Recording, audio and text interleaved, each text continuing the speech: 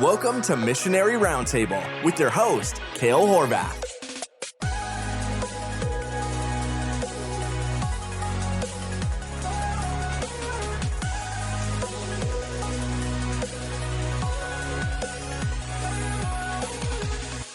Hey everybody, welcome back to another episode of Missionary Roundtable, the podcast all about the Great Commission and international missions. My name is Kale. I'm a pastor and missionary to the country of Hungary and also your host for today. So excited to have you guys join us again.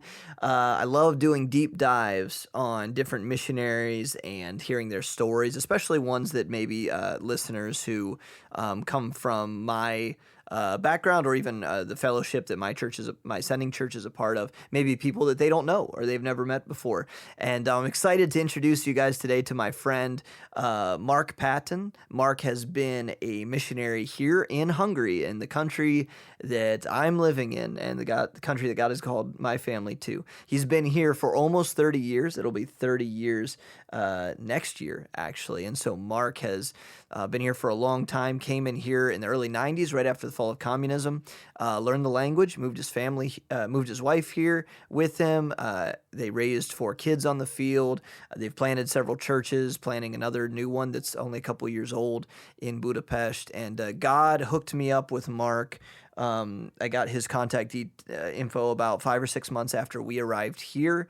Back in 2020, 2021, in the middle of the pandemic, and when things started opening up again, I reached out to Marc, asked him if we could just join him in his church, attend, and just get some fellowship and some language immersion. And Marc and his family and his church have been so kind to us ever since then, helping us out in more ways than one. And because Marc has been here so long and has been serving the Lord this long, he's not only learned the language amazingly, preaches Hungarian, the whole church services in Hungarian. He and his wife and his family are Hungarians, literally also dual citizens here. And so there's just a lot that I've been able to learn from him about this country. And so I hope you guys are excited for a little bit of a deep dive because I got to sit in the same room with my interviewee this time. It's only happened a couple times before on this podcast. Usually it's a Zoom call. And so I got to sit in Marc's office and chat with him about his story, what it was like learning this language and coming to this country in the early 90s, right after the fall of communism. And then even get into a bit of a deep dive about the history of missions and specifically Baptist missions in this country. And so I think you guys are going to really like it, so have a listen. I hope you enjoy. Hát, beszéljük magyarul? Lehet. Gondolod. Lehet neked. De nem neked. Marc, thanks, man, so much for doing this. I'm excited to interview you. Glad to do it. I usually have to do these over Zoom because I'm calling people all over the world, so it's cool to actually, the dynamic of talking to someone so much different in person. Right. Although I guess we're all a little bit used to Zoom chats and Zoom calls and how Zoom church even. Yeah. Maybe we can even later, after we talk more about your story, we can talk about how that affected you guys, because really before we came around, that's when you guys were going through COVID stuff and Zoom church with your church plant. But I would love to just talk about your story a little bit. So a little introduction for the audience. You've been in Hungary almost 30 years now, right? Right. What year did you come? 1993. So Okay. August 1993. 1993. So yeah, literally next year will be 30 years. Yeah. That's amazing. So more than half of your life, I would imagine. How old were you when you came? 25, almost 26. Wow. Yeah. And you were married to Kara? I was married. Mm-hmm. Yeah. No kids yet, though? No kids yet. Okay. Had your kids on the field, and you've been here for 30 years, planted several churches. The current one that we attend as well is only little over 2 years old now, right? Yeah, about 2.5 years. It'll be 3 in September. In Budapest. And you guys spent the bulk of your years in smaller towns in Hungary, away from Budapest, which is super interesting. Right. Which was, remind me the name of the city. We were in Eston. That was really our main church for like 26 years. Which is a really key historic city in Hungary, even though it's a lot smaller than Budapest. Right. It was considered the first capital of Hungary. Really? King Stephen was born there. And, that's the story. Was he coronated there? Yeah, okay. Yeah. Very cool. And I think the biggest basilica, Catholic basilica right? In Hungary. In all of Hungary. Yeah. Maybe not necessarily Europe, but it's big. Yeah. Been there a few times. And so you guys planted, I think, the first Baptist church in Eston, right? Right. Well, we found out there had been a small Baptist church meeting in a house in the 60s. Okay. Maybe into the 70s, and then the family died or something. Okay. So there was a few people when we went to Eston that had heard of Baptist, and because of this small Baptist church that had been there. But when we went, there was nothing. Okay. Very cool. And then, like I said, spent the bulk of your ministry planting, investing, and discipling men in there. And then a couple years ago, probably right before COVID, then is when you came to Budapest and planted Focus Church. Focus Church. Right. Yeah, so we started with core group meetings in early 2019, and then launched officially September 2019. So and then COVID came out in March 2020. So we were 6 months in when COVID hit. So. Incredible. Well, let me just say this before we get into, because I want to talk about your testimony and how God, drew you into just doing international missions with your life. But I do just want to say, man, you guys have been such a huge help to us. I know I've said this to you before, but seriously, I can probably never repay you for what you guys have done for my family. When we came to the field, we didn't come and join an established missionary. We just came based on contacts we had and people getting saved. But COVID threw a wrench in all of our plans. And the first 5 or 6 months we were here, we were just lonely and learning the language and not much else. And long story short, I was praying for if and when and where we should, attend a church when things open up. And through not even really a mutual contact, but a guy that I know in the States who had either met you or heard of your church, sent me your prayer letter. And, I emailed you hey, can we just hang out? I don't need ministry or leadership roles. We just need fellowship. And you guys took us in with open arms, and we really appreciate it. Our whole family does, not even just me. Well, we've been glad to have you, and I know our people have really enjoyed having you and getting to know you guys. So it's been good. We seriously count it a blessing and thank God for you guys. And you even helped us get our visas renewed. And so seriously, without going on and on, you guys have been huge to us. So thanks. And now you're doing this for me, so thanks again. But seriously, I do this just because I love giving a place for people to tell their stories, but also I just love hearing people's stories. And we've talked a little bit just in private conversations about, some of your story. But if you were to just start at the beginning and say, your salvation testimony, how you got saved, but then if you could work that into how God led you to the mission field, whether that's a long or short story is up to you, but I'd love to hear how you got saved and how God moved you towards international missions. Okay. Yeah, well, the story for my salvation probably would say began in Africa, believe it or not. Wow. So my dad's was a trained medical doctor, and he went to Liberia, took us all, 4 kids and his wife, and they moved to Liberia and have been 71 to work for the U.S. government, training medical doctors in Liberia. And while he was there, he met some missionaries that led him to the Lord. Wow. So my dad got saved. Wait, so I guess was not just assuming he was a missionary. No, he was not a missionary. Wow. He was working as a medical doctor for the U.S. Department of Public Aid, I think was the official name of the department. And through contact with missionaries in Liberia, he got saved. Amazing. And that changed, of course, the trajectory of our whole family. Sure. So we began attending church, and I heard the gospel at a young age. We got back to the States in 76. I would have probably been about 8 years old, and started attending a church there. And so my salvation actually happened at a summer camp. Okay. Like a lot of kids. Right on. I think I was 10 years old. And it was, the churches had their annual children's youth camp. Summer camp. Yeah. Love summer camp. I remember, somebody preached, and I don't know who it was. He preached, about salvation. And we got back to our cabin, and our counselor said, okay, I want all you boys to say, tell them when you got saved. And he went around the circle. And you're dreading. He got to me, and I started crying. I said, I don't know. I've never been saved or something like that. So he kind of stopped the, okay, let's deal with Mark. So he took me out, and I think we sat down outside the cabin or whatever, and he led me to the Lord. And so that's how I got saved. Very cool. Yeah. So there's a long time between 10 years old and 26 Yeah, years old. there is. So what was that process for you? Yeah, so the next year, I think it was the next year, maybe 2 years later, it was again camp. But I think I was actually a youth camp or whatever, so I may have been 12 then.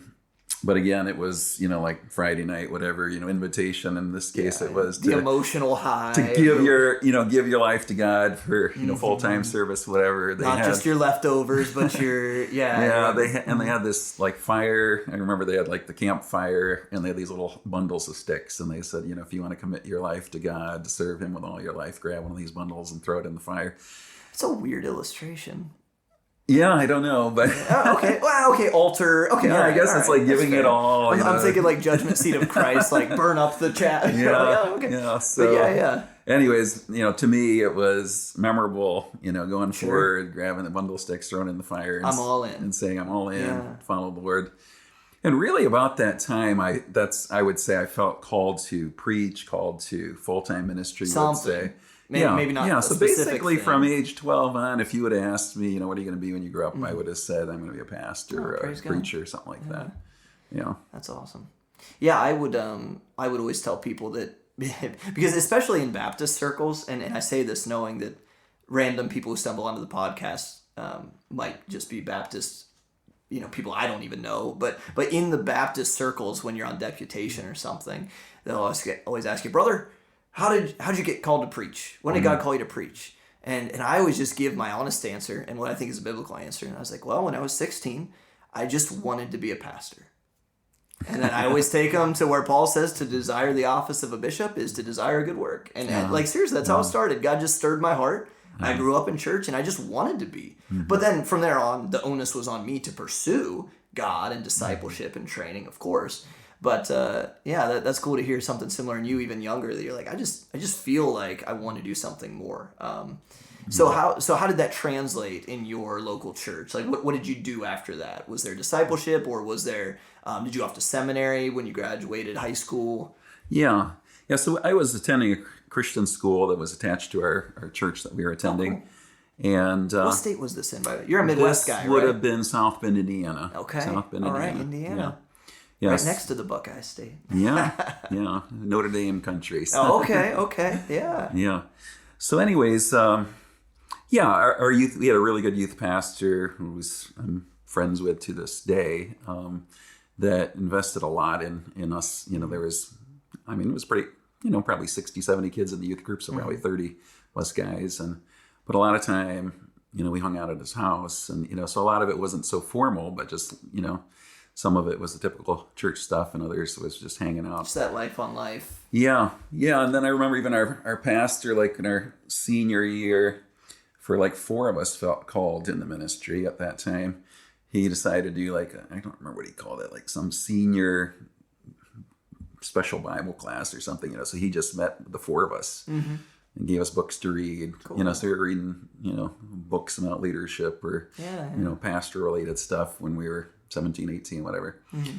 What decade was that? That would have been, I graduated 80s? from high school in 85. Okay. Yeah. So would Maxwell's books been out back then, or no? I'm trying to think leadership well, books. Well, maybe. Yeah, I'm trying to think back if that would have been those or not. But yeah, I remember reading stuff like Swindoll and stuff like that. Okay, gotcha. A few books that he handed us. Yeah, so then we were encouraged to go on to Bible college. And so we attended a Bible college. Actually, I think all 4 of us guys went to the same Bible college. Oh, nice. They would kind of grown up in high school together and stuff like that. And I started in the pastoral ministry track. At that time, I didn't feel called to missions. But it was interesting that when I went to college, my parents went to Suriname, South America as missionaries. So my dad had gone to Africa. So he did end up right. He had gone to Africa as a medical doctor for the U.S. government. Yeah. And then when I was the youngest kid, when I finished high school, they had felt called that they were going to go as missionaries, but they didn't go to Africa. They went to South America. Okay. And actually served there for 26 years. So anyways, so there was that missions influence in the family, a little bit from just living overseas when I was a kid. And then when my parents went to Suriname, of course, I had probably 2 summers maybe that I spent there with them during college years. So you started out in the pastoral track and then switched over to the Yeah, missionary well, track? it was my junior, in between my junior and senior year, I had gone to Suriname to be with my parents for the summer. And that's when God called me to missions. And it was interesting because I thought, seemed like it would have been logical to call me to Suriname, but he didn't. It was like I came back saying, I'm called to missions, but not to Suriname. Okay. That's really the way I went back to my senior year that's of fair. college. Absolutely.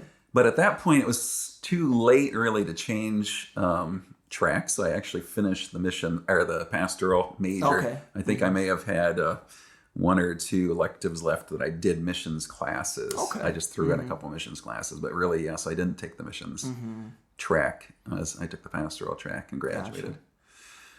Yeah, and then I got a master's degree, just a MS in English Bibles, what it was called. Okay. Same place? No, a different up in Wisconsin. I went to a Baptist Bible college there. And during that time, I had met my wife at the first college, and she was 3 years behind me. So, I went on to get the master's. She was finishing her, finishing up her schooling. And we were just seeking, where do we go? There's a big world out there. I felt called to missions, and I told my wife that, even before we were married, I'm called to missions. Where do we go? We had been praying about it. And, so this would have been, I graduated with a bachelor's in 89, master's in 90. My wife graduated in 92. So it was right about the time that Hungary was coming out of communism. Yeah, right at the end of the 80s, early 90s. Yeah, so Berlin Wall. here in Hungary, the official end of communism, they would put probably at October 89, I think. Okay. And then they voted in a new government. I think it was actually 1990 when the Gotcha. first democratically elected post-communist government took power. So, it was right in that time. And we were like, I had the... I was like, I want to go somewhere where there's not a lot of missionaries, somewhere new, in a sense, new. Right, absolutely. And so when all these countries in Eastern Europe were opening up, it was like, hey, I felt like God's leading us to one of those, but it was like, which one? Yeah, sure. You go to Romania, you go to. I envy you guys. So we're looking at all these countries. Like, oh man, which unreached country should we go to? Because my pastor went to Albania in '92, right after communism fell. Okay. Like your generation, man, it's just I envy it. It's cool. It's really neat. Yeah, so we went to it would have been the summer of 91, I think. We went and applied to a mission board. So they had what they call candidate school. And so we had applied to Eastern Europe, and we still didn't know the country. And there was a bunch of people, a bunch of missionaries there, sure. And there was 5 different families wanting to go to Romania, so they're trying to talk us into Romania. There was, there was 2 families going to Poland. It was more logistics for them, right? Yeah. So Poland, Czech Republic. It was but nobody was going to Hungary, and it was kind of somehow God had just kept putting Hungary on our hearts. Why on our not? Hearts. Language. No. Yeah, nobody warned us about the language at that point, I don't think. So, anyways, we found out about a missionary working with our mission board who was in Hungary. And he had been a missionary in England already. So he had all his support. And his mom or dad, I think his mom was Hungarian. Oh. And so he had an interest in Hungary. So he visited Hungary in 89, It's they weren't completely even out of communism. Sure. And he was like, I'm going to come as soon as the door opens. He knew. He's like, and so he had come, he was one of the first missionaries, from the U.S. to come into Hungary in 1990. And so, anyways, we contacted him. 91, we came on a survey trip shortly after this summer thing. Candidate school, we came on a survey trip and met pastors here. Of course, we met him. He took us around. And when we got on the plane heading back, it was I looked at my wife and said, I think this is where we're supposed to be. What do you think? She said, I think so too. So that's awesome. So yeah. Man, that's cool. I remember, so we came for the first time in 2014. Okay. Because we had a pastor friend who was doing just evangelistic Bible camps for orphans. Had a random opportunity, took it, didn't know any churches or pastors or missionaries, just one of those things. It's open door. Let's just take it. So started going with him and just fell in love with it. Kept coming back every year, sometimes twice a year. And I had become a pastor in 2015 at our church, but my senior pastor was a missionary at heart, and he's always like, man, so what about missions? What about missions? And I just remember I don't remember which year it was that God confirmed it, but every year we would take the American team, after the week of camp, just into the city, because usually we weren't in Budapest for the camp. And so we'd bring them in just to have a tourist day. And I would go up they would take us up to the Citadel at night. And I would just look out over the city and see all the lights just stretched for miles and kilometers. And I'm just like picturing souls, just like each and every single one of them. And I'm like, and I just was thinking like Matthew 9, where Jesus sees the multitudes and he's like, sheep without shepherd, who's going to go? And I'm just like thinking, man, there's a bunch because we would see a few people get saved every year we'd go, and then we didn't know anyone to send them to. And it's just like every year you're praying, hey God, would you send laborers into the harvest? And I heard a pastor once a long time ago preach something about like, you can't honestly pray that prayer if you're not willing to be the answer to it. Like, hey man, I hope you send someone. And I just started thinking like, man, maybe we could do it. I've got Hungarian in my blood. Maybe we could learn this language. We're young enough. There was nothing magical or mystical about it. It was just, what God was confirming in us. Like you, it's like, man, I think we could do this. And, man, praise God. But so you committed to coming to Hungary with your wife, and you came in what year then? 92? So no, 93. 93. Yeah, so we actually started deputation while she was still finishing college. So she finished in like June 92, May, something like that. I don't know. Anyway, so the next year, it was a year later, and we finished raising our support. You guys who did deputation back before email, and man, hats off to you guys, man. Because I did a lot of emailing PDFs to people. And did you like have the missionary packet? We had packets, and man. then you mailed the manila folder. Packets. We didn't even have a computer to make form letters, but we had these word processors. I don't know if you. Oh my goodness! They were like a typewriter. Standalone. Typewriter. It was like a typewriter, but it had some memory in it. That was the amazing thing. So you could you couldn't see the whole letter at once on your screen. Just had these little tiny screens on there, but you could like save a letter. So we would kind of have a form letter. Okay. Punch in the info, and then, you'd add their name or address, and then print it out. And then just cold calls, but actual calling, not emails. Calling on the phone. Gives me anxiety just thinking about cold calling. Playing phone tag with pastors until and then maps, no GPS, getting out the map to get on the road and find this church. No cell phone. So if you're running late, it's like, do we stop and look for a payphone and then we're even later, or do you or just get there as fast as we can? Just try to get there, and praise God. And so then when you came to Hungary, so the people listening know me. I've always said that Hungarian is one of the top 5, widely considered one of the top 5 hardest languages in the world to learn, at least for English speakers. I don't know how it relates to everybody else. But I guess I'm asking you to back me up on that. I'm not just saying that so everybody feels like I'm actually doing something. You had to learn it before Google Translate and all these Duolingo apps, which I do believe there's crowns for you in heaven, man, for learning Hungarian back before the internet. How? That's my question. How did you even go about doing that once you arrived, learning this language? Yeah. Well, the crazy thing is we had found like a Hungarian language book in Chicago, because we live close to Chicago. In America, you found like a textbook. So we got this textbook, and it had cassette tapes to go with it. Okay. Like 6 cassette tapes that went with it. And so we were trying to learn some, but I'll actually tell you, we learned a lot of stuff wrong that we had to correct, before we got here. Sure. So that was, but when we got here, we had found out there was this, they had this brilliant name. It was called the Hungarian Language School. That was literally the name. Okay, there you go. And it was very close to Octagon, where that is. Yeah. And so anyways, we found out about it. They had like this, like a 3-week intensive course to start. And like level 1 was like 3 weeks, 5 hours, 5 days a week, 3 hours a day. It was like, so we did that. That was level 1. We did that intense. And then they would like switch to like 3 days a week for 3 hours, or 2 days a week for little less 3, intense.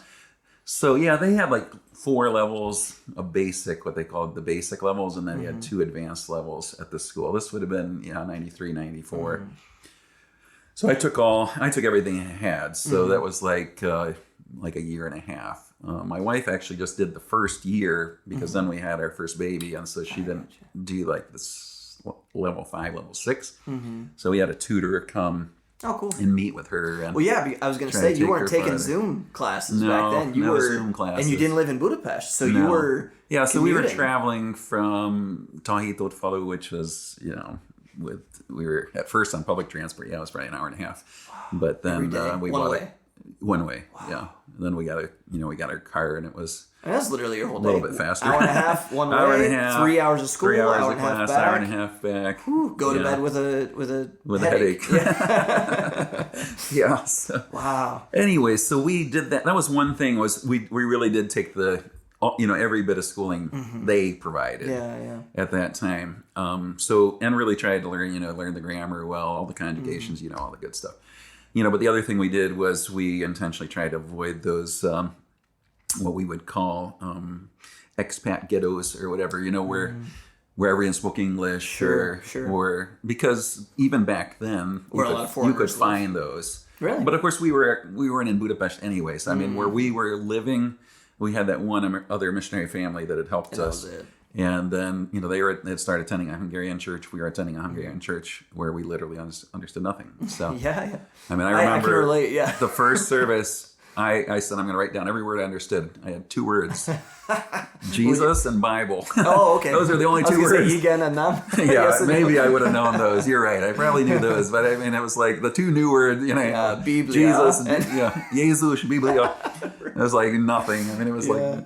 It was just like, a hum in the background, like a radio playing in the background. What were your thoughts after that first service? Like, oh no, how am I ever going to learn this? Yeah, I mean, on the positive side, I thought the Hungarian language really sounded kind of neat. Yeah, like German's kind of a harsh language, or Russian, Slavic language. Sure. Spanish is a lot of like tongue. Yeah, I mean, this one it just kind of has this nice kind of sound to it, but it was just like listening rhythm. It's just like listening to music. You don't understand, music with no words because it's just But anyways, yeah, I mean. Thankfully, we were young and ignorant, maybe, but we were. It was like this great adventure. We're going to learn this language. We're gonna. But it also sounds like you prioritized the language learning at the beginning. We did, which I and the guys I know would always say is super important because there's lots, unfortunately, missionaries who go to the field and don't prioritize or maybe even never fully learn the language. Was that something that you knew? Like you consciously made that decision that this is important, I'm going to do it, or was it just like it just happened because we're here, we might as well learn the language? You know what I mean? No, that was a very conscious decision. Yeah, and I'm trying to think who gave us that advice. It was probably from our mission board, maybe our European director. But basically it was the idea that if you're going to talk to these people in their heart language, you got to learn the language because you can do something with translators. Sure. And so other missionaries came and launched a church, 6 months after they got here using a translator. We waited 2 years. So we went through the entire language school process before launching a church. And probably, I mean, I'm sure you were a lot smarter and more gifted than I am, but I'm just guessing after 2 years of school in this language, you still weren't maybe you were at the advanced level, but you probably didn't feel super confident in just preaching and studying. Right. It probably still took a ton of work. Right. So when we started the church in Eston, we were working with this other missionary family. And he's 20 some years older than me. So it was really kind of like he's the pastor, I'm the assistant pastor. Nice. So I mean, I preached once every 6 weeks. Okay. So it once wasn't every all 6 on weeks. You at the No. So I mean, he was nice. preaching much more than I was. Cool. And he was using a translator. He never preached without a translator. And he was here 13 years. So that's one thing I would say about the language. I never saw anyone arrive here 40 years older or older who learned the language to preach in it. Wow. Guys that came in their 20s, yes. In their 30s, maybe. Sure, 40 and older, it was not going to happen. Sure. So he used translator his whole time here. He understood Hungarian pretty well, which was helpful because he could understand. If you're long enough, you gotta. And he could speak the broken, enough to get around, but to preach he couldn't. But anyway, so I started preaching in Hungarian after the 2 years when we started the church. I always preach in Hungarian, but I was only preaching maybe at the most once a month, maybe once every 6 weeks. I don't know. So I didn't have, that every week, I've got to have a sermon. Yeah. And so I would write down, I pretty much write out the sermon. I practice the sermon. Yeah. Yeah, so it was a lot of work, and I learned I could not get off my notes because I would, random thought comes in your mind. One or two times I would start down that rabbit trail. It's not just losing a place, but then I couldn't finish it. It was like I would run into a wall in my language understanding. Yeah, so that's why I really had to stay disciplined. That whatever I put down, because I had practiced that, I knew I could finish that thought. Because occasionally I would just launch off into some random thought, and then you're like, I don't even know how to say that at all. Yeah, where was I? You come back to your notes, right. Yeah. So the first I can still remember my first sermon on Hungarian. There was like this. I think I preached to 14 people or something, but there was this one teenage kid sitting in the back, and he was like snickering through the whole thing. And I was just absolutely convinced he was laughing at me. He might have been laughing at something else. But it was just driving me crazy. This kid is just every line, every sentence I say, he's like back there giggling. Oh, man. And I'm like, I think he's laughing at me. You just feel like super insecure the whole time. Yeah, man. So 17 minutes. That was my first sermon. Okay. Well, you gotta start somewhere, right? Yeah, man. It's crazy to me though, because so did you speak, because you kind of grew up in different countries. Well, okay, you lived in a different country at one point. Did you speak any other languages before learning Hungarian? No. So like Liberia was English. Okay. And we had a typical Christian school, 1 year of Spanish, where you don't know much of anything, Sure. So it was just we checked off our language. Me, so I'm at that B1 level, learning the B2 material, and it's funny because it's just just enough to be super frustrated because you understand a decent amount and you can start to actually communicate your thoughts about things, but then you still see the mountaintop is still so far away, and it. You're not like, oh, I'm really close. You're like, there's still so much to do. But as an American who only spoke one language, just this much, man, is so exciting. Even just right now this year, I'm reading the Bible in one chapter in English and one chapter in Hungarian. I don't understand all of it, obviously, but reading it in English first helps, and then reading Hungarian after. And just if I would have told myself, go back in time 10 years ago and tell my 10-year younger self that someday you'll be able to kind of read the Bible in another language, it's cool. You have to kind of stop and assess where you've come so that you don't get frustrated about where you're not. You know what I mean? Do you remember those little goals for yourself? Sure. Yeah. And we did the same thing, in those early first 2 years when we were attending a Hungarian church, I would just write down, I started writing down words I didn't know. And when I could finally pick them out. And so, I write down Kale and I'd go home and look it up. Right. Oh, that's great. That's some sort of bread, right? Yeah. So, it was I learned all my Bible vocabulary. Totally. At church. Listening in church. Yeah. I'd hear a word, I'd pick it out, I'd write it down, I'd go home, look it up. And I was like, oh, great, man, that's a great word. Yeah, absolutely. Yeah. So, you have to be excited about every little victory there along that path. So. Yeah. I've been working on, when you're preaching, and something that's really helpful to me is you kind of preach in more of an expository manner too, which is what I'm used to. So usually, even if there's a topic, you've got a main passage, and so you're going. So I can kind of just read, okay, I know the context of this passage, and then maybe there's a key word that you keep saying that I don't know, and then I'm gonna Google Translate it or look it up later. Yeah. I still remember the first word that I almost laughed when you said, because it was such a long word. And I was like, what does that mean? And it was early on. It was megalagadish. Or I'm probably not even saying it right, but I think it's just satisfaction. Yeah, right. Elagadat, megalagad. Megalagadish, megalagadadség. But it was it was a word that you kept coming back to. It must have been a theme, and you just would be like, megalagadish. And then, because you're going fast. You're speaking like a national. And I'm just like, man, that must be a good word, because he keeps going back to it. Is I'll never forget that one because just as your brain attaches a memory or something to that first time you learn the word, which is super interesting. Okay, so aside from learning the language, which would have been difficult at that point in history, of course, what was it like landing on the field right after communism in Hungary and then adjusting your small family? It was just you and your wife at first. But what was that like the first year, that first 12 months on the field, adjusting to going from the West to post-communist Hungary? And not even living in Budapest. You're living in a smaller city outside of Budapest. Yeah. I mean, it was very, very different. I mean, obviously. But the only thing I can say, it's just one of those things, we knew God had called us. And, I'm just amazed with my wife, that she, in those days, we didn't have Skype or FaceTime. Man. So it's like you're not talking to your family. $1.50 a minute on a phone, if you can find a phone. Wow, for long distance. And long distance the U.S. But she was just really great, like maybe once a month we would call the family, for 30 minutes or whatever.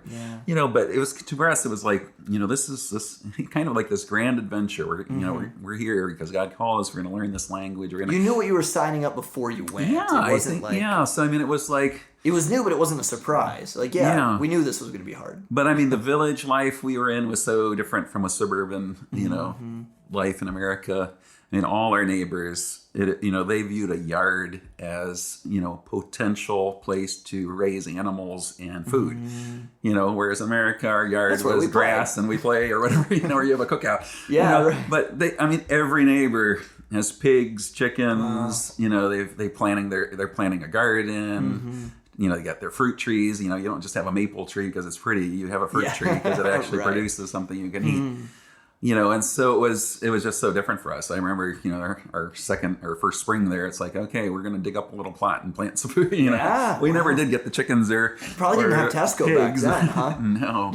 Every store, it's like you had today you're used to the bakery, but okay, it's like you had the milk store. And if you wanted milk goods, you went to the milk store. You didn't have the corner booth. You didn't have big stores that had everything, so the meat, the meat store is the meat store, the milk store is the milk products, then they did have the ABC, that you're familiar with. That was kind of the broadest thing that you could find. Okay. But it's like, you had the zöldséges, the vegetable, fruit and vegetable stand.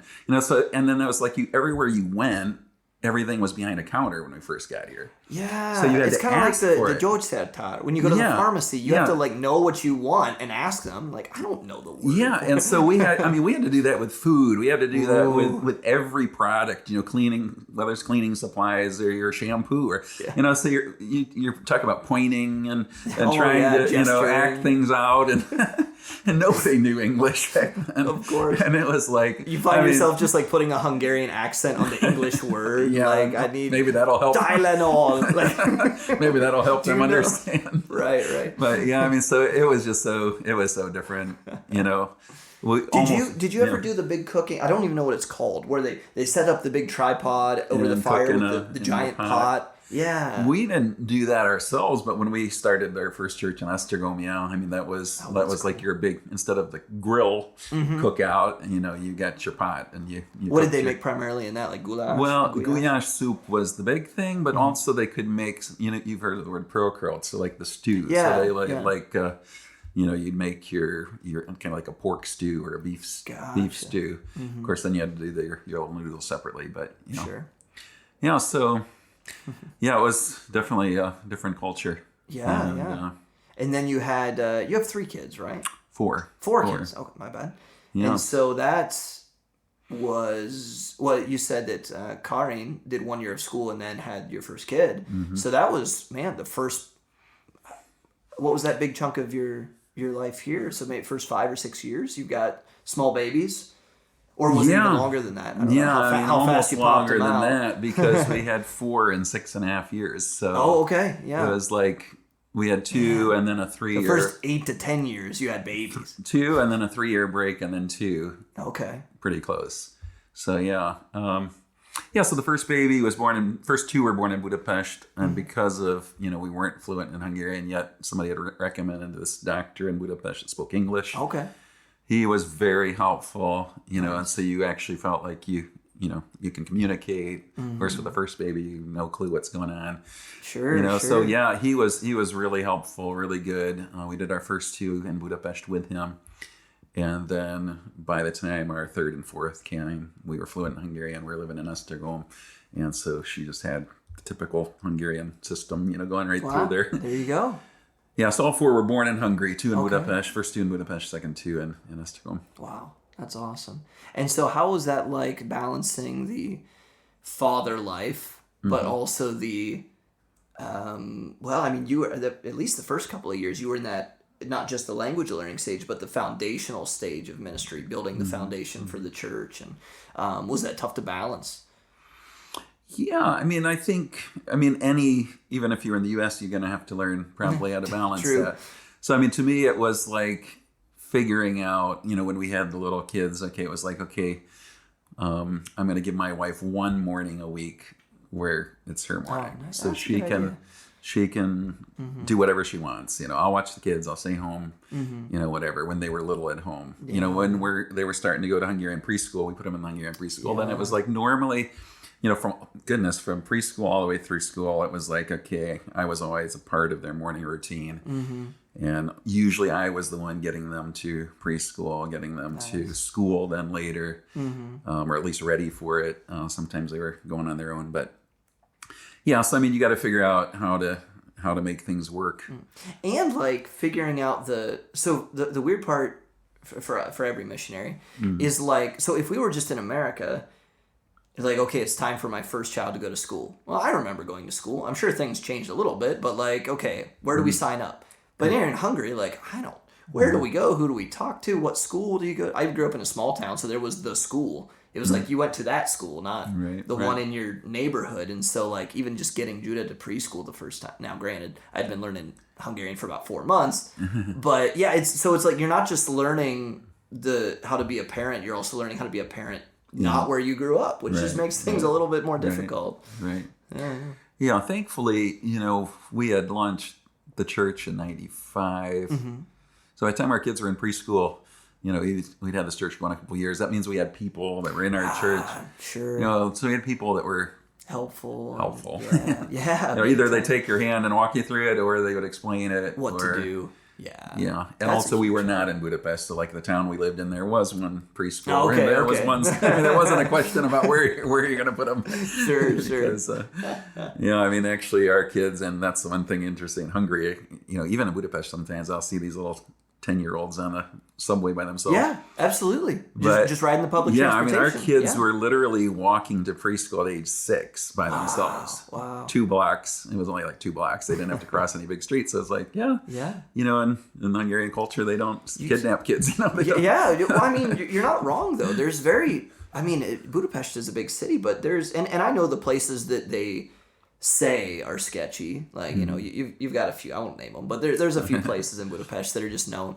But honestly, I rarely feel unsafe here compared to the cities I've been to in America, like a Chicago or a New York or something, where you're just always on edge. But that's because like we're from the Midwest, so you're like, this is crazy.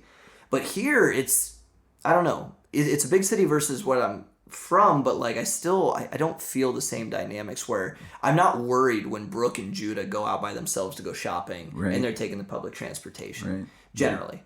And but it is kind of weird to see my son grow up as a big city kid. Like he's just used to hopping trams and buses, and he likes it. And when he's 10 years old, I'm sure he'll just be doing it on his own. Crazy to even think about. Man, that's really cool. So I'd love to spend the last 15 minutes or so just talking about conversations we've had before that maybe it's kind of nerdy, but I love talking about this stuff. So you know a lot about the history of just the Baptist missions that have happened in Hungary, specifically like post-communism. And of course, I think there was some stuff that happened even pre-communism. But I'd love to just have you just talk about what. And even if it goes outside of Baptist, that's fine. What has missions been like, or the history of missions, evangelical missions, let's say, in Hungary been, even pre-communism and post-communism? Because if anyone's listening and you don't know me, Hungary is it's a Catholic country by the government. It's considered a Christian, a Catholic country, and so if you look on different statistics, I've seen, anywhere from around 90% would consider themselves Catholic. And then 2 to 3% maybe evangelical. Maybe, some of those stats better. Even less than that Baptist, of course. But so what would the history of evangelical or Baptist missions look like in Hungary? Yeah. So I can give more specifics on the Baptist than I can on the other groups. But I didn't want to pigeonhole you. So you're whatever you want to talk about. So like Yeah, I mean, if you could go into Anabaptist being in Hungary back in the 15th really? century and stuff like that. That's neat. So, I mean, there is quite a lot of history here, but what we would call the modern Baptist movement in Hungary began in about 1850s. Okay. And it was interesting that it was like was that during the Habsburgs then?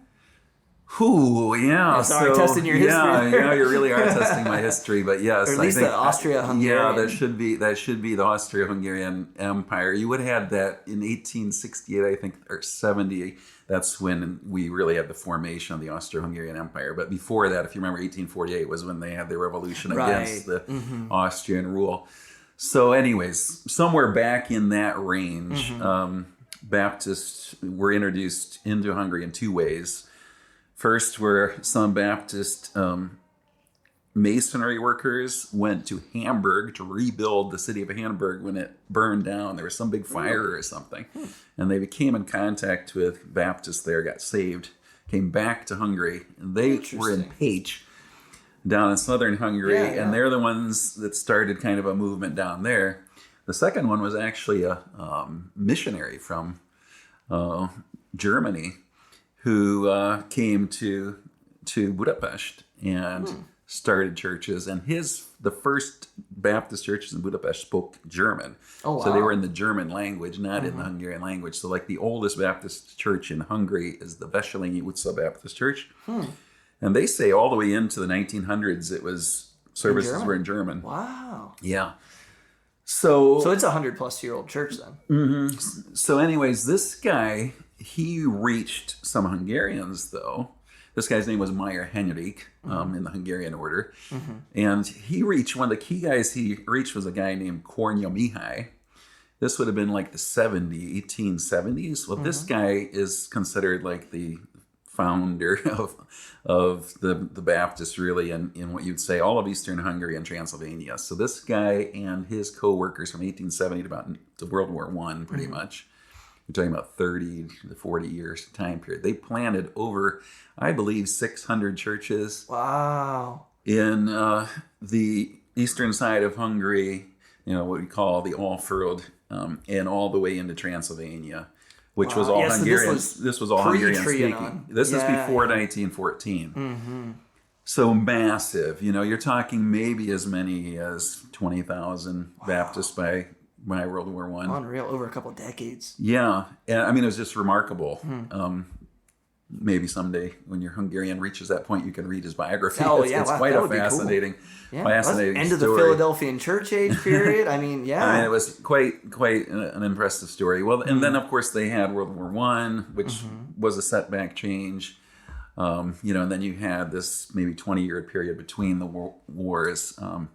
And those are, I think it was more stability time. And then you get to, communism post-World War II. So what I would say is, if you would look at Hungarian Baptist statistics in Hungary, they entered, post-World War II, there would have been 600 to 700 Baptist churches in Hungary.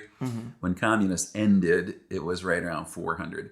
Wow. So they lost about 200 to 300 churches that just flat out died under communism.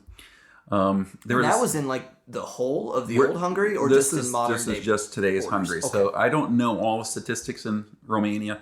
I do think the numbers for right now, if you were to go into the Hungarian-speaking Baptist churches in Romania, you would have probably somewhere around close to 10,000, and you have closer to 20,000 right now in Hungary. So about 18,000, maybe 10,000 there.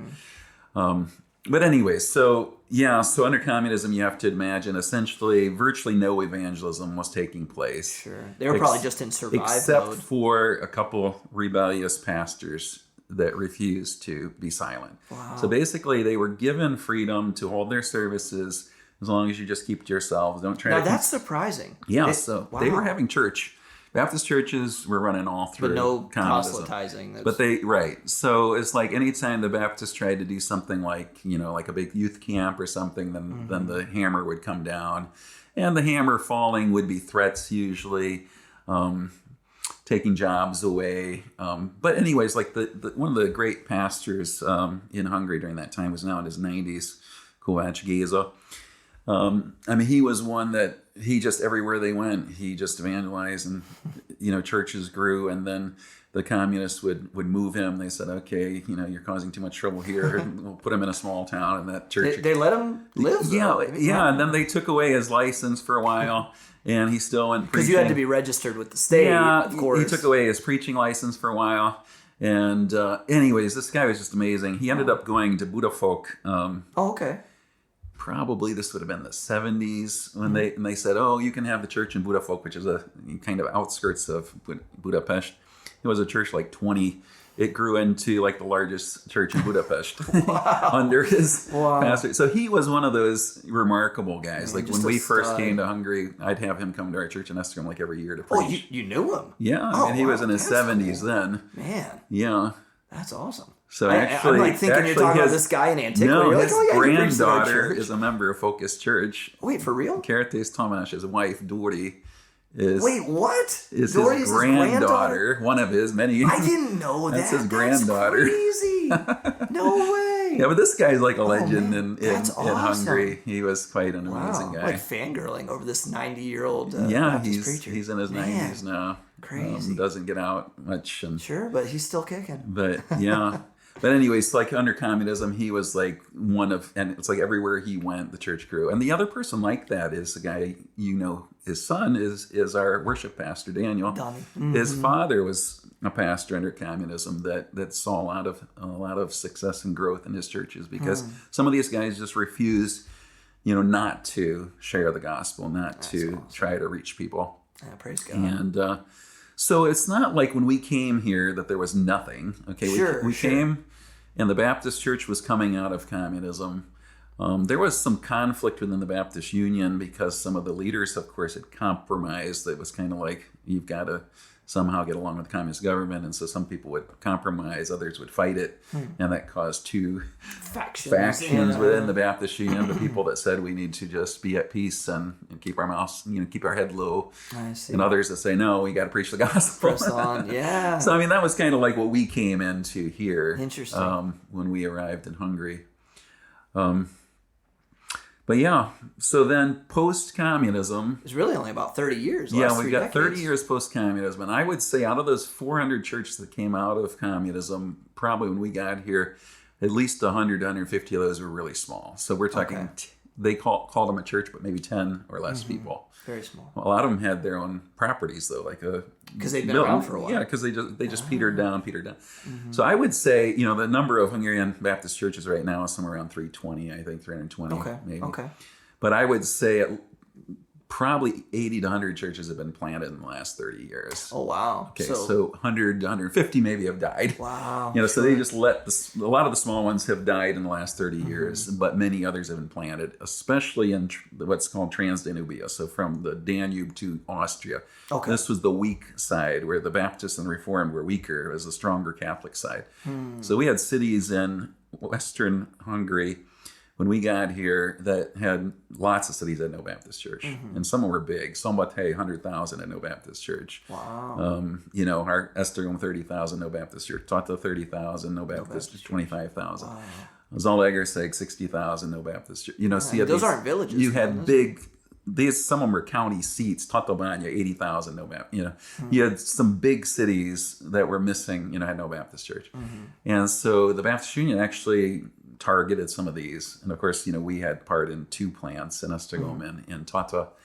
But there's been church planting going on, in Budapest and some of the other, so now you would look at the Baptist Union, and I think the numbers would be somewhere around 18 to 20,000 people consider themselves Baptist. Okay. Or would be somehow registered, connected to the Baptist churches in Hungary here 30 years after communism. Wow. So we got work to do. A lot of work to do. Yeah. A lot of work to do. And I would estimate you're pretty accurate on your 2 to 3% of... And that 2 to 3% would include people that are part of the Reformed Church of Hungary. Which is for anyone listening, because there's a lot of Reformed Baptists in America. In Hungary, I've learned it's two completely... Right. Reformed it's is completely its own... different.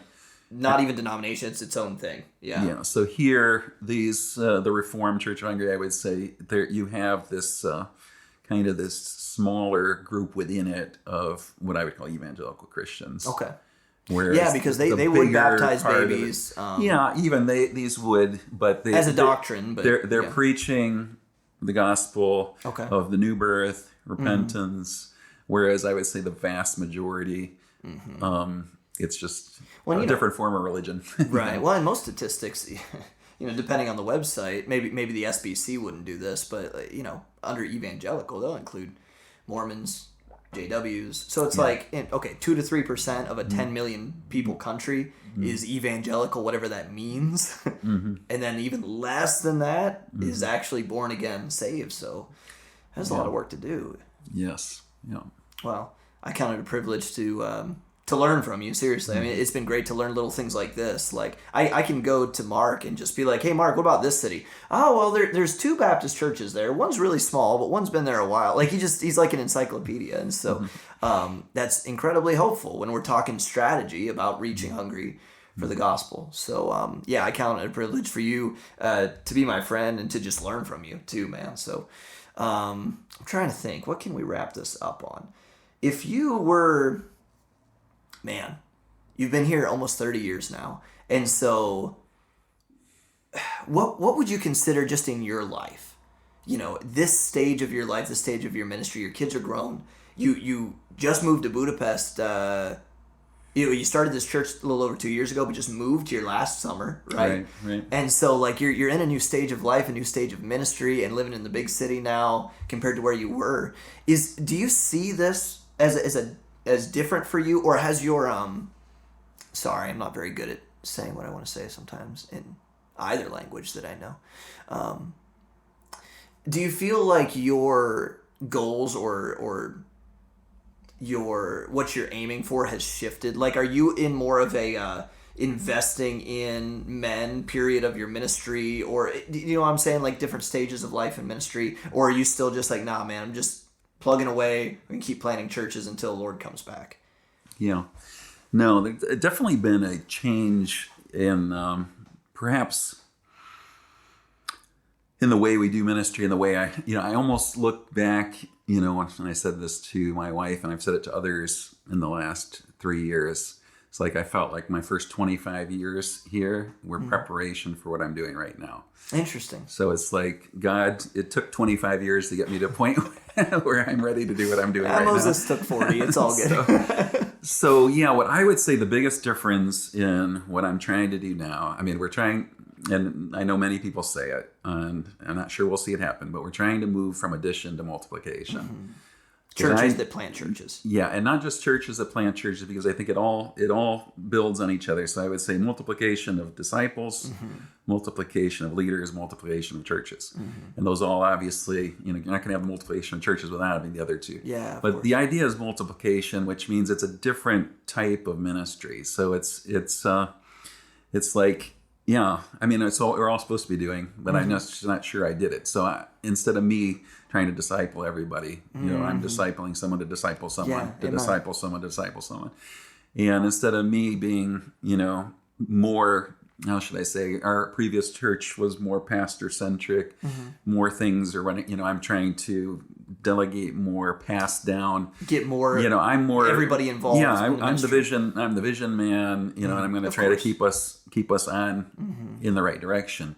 But I don't want to limit by my capabilities of, okay, I can only pastor this many people, or I can only lead this many people. So now we're multiplying leaders in a much more intentional way. And the same with discipleship. We've got this, we developed a pathway of discipleship, a way of discipleship that hopefully will lead to multiplication. Amen. Multiplication of leaders. So we've got like 9 people in leadership training right now at Focus Church, and trying to invest in them so that they'll become leaders, and then hopefully they'll invest in leaders, and then the same thing with churches. It all goes together. So, because I've seen that it takes a good 10 years to plan a solid church. Yeah, Hungary. I've told people that it's not 5-year plans here. No, it's 10-year plans. It's 10 years to have a solid church. So if I stick with addition, I might have 2 more churches.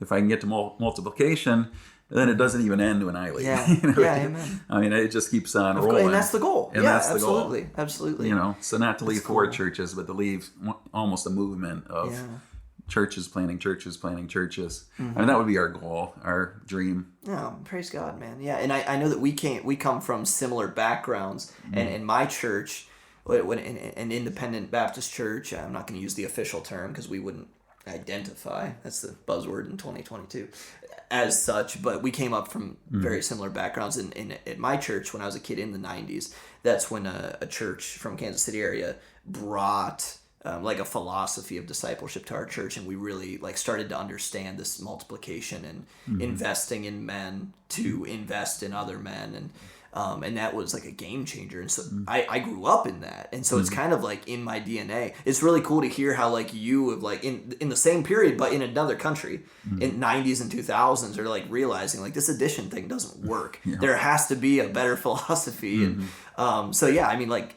similar backgrounds, but yet completely different lifestyles, because you know you're learning everything in Hungary and I learned everything in Ohio, but the same goal. Reach the nations, invest in faithful men who will invest in others also. And yeah, I mean, thanks for sitting down and talking with me, and thank you for all that you do for us. And man, I'm just excited to be able to continue to help each other out in ministry, you know, for years to come here in Hungary. Yeah, well, glad to do it. All right, well, we gotta reach Hungary. We're running out of time, and for anyone listening, you know, it's wherever you're at. It doesn't matter where God's called you to. The important thing is He's called you to a work, and we're called to reach the nations with the gospel. But I mean, Acts 1:8, you know, it starts in Jerusalem. So wherever you're at, Jerusalem, Judea, Samaria, and the uttermost. So start doing what God has called you to do where you're at, and maybe He'll ask you to change your address for the gospel someday. So Mark, thanks again, man. That was awesome. Glad to do it. Thanks. Well, there you go. I hope you guys enjoyed another episode of Missionary Roundtable, getting to know my friend Marc Patton, missionary here in Hungary. Mark and his wife, Karin, and their new little church plant has been a big help to our family, as you can tell from the interview. And they are definitely gospel-centered and evangelism-minded. And I thank God for Mark and for all that he's done in the past 3 decades. And we are excited for what God is going to do through our family as we continue learning and adapting to the culture and learning the language and building into people here. So hope you guys enjoyed that. Hope you learned something. Thank you guys so much for tuning in each week. We will see you back here, same time, same place next week on Missionary Roundtable. Until then, God bless. Thanks for listening. Please rate and subscribe and share us on social media. Also, please make sure to check out our other podcast, Theology Roundtable, at theologyroundtable.com.